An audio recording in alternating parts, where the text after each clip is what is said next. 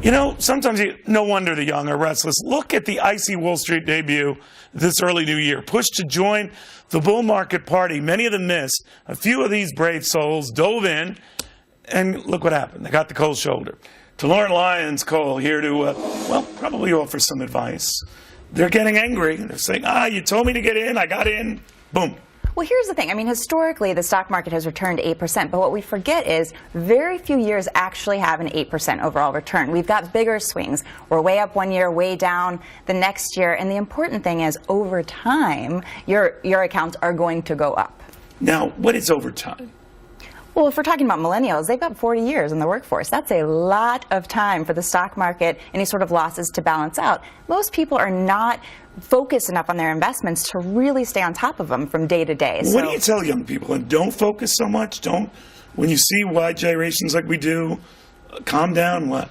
Yeah, I mean, I don't want to discourage people from getting into investing and focusing on it, but most people are not going to, so we got to be realistic. The best thing is to make sure you're contributing as much as possible, and then realistically just ignoring it. You know, one of the things, and I did this even when I was at CNBC, and people thought I was crazy because one of the shows I did was called Market Wrap, but I rarely would lead with the markets. My view would be up or down.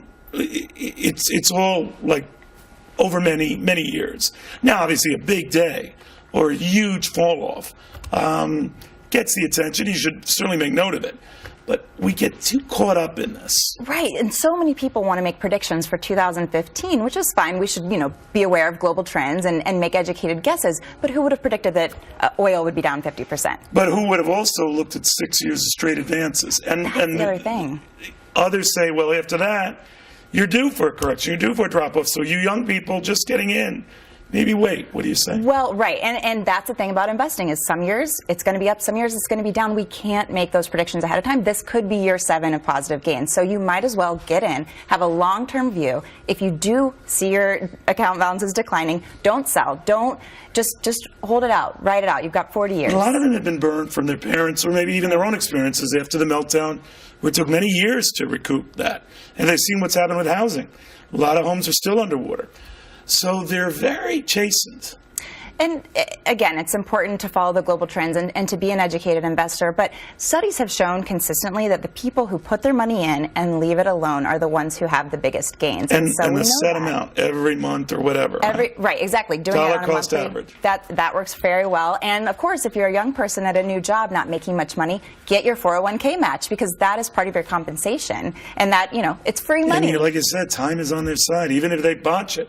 40 years. The regularity of that, my goodness. Exactly, yeah. You've got to be focused. And if you do get interested in investing and if you want to learn more about it, that's great as well. But if you don't be afraid to default to a target date fund. Those are really good options for a lot of people. You're right about that. Well, and good calming advice here. All right, in the meantime.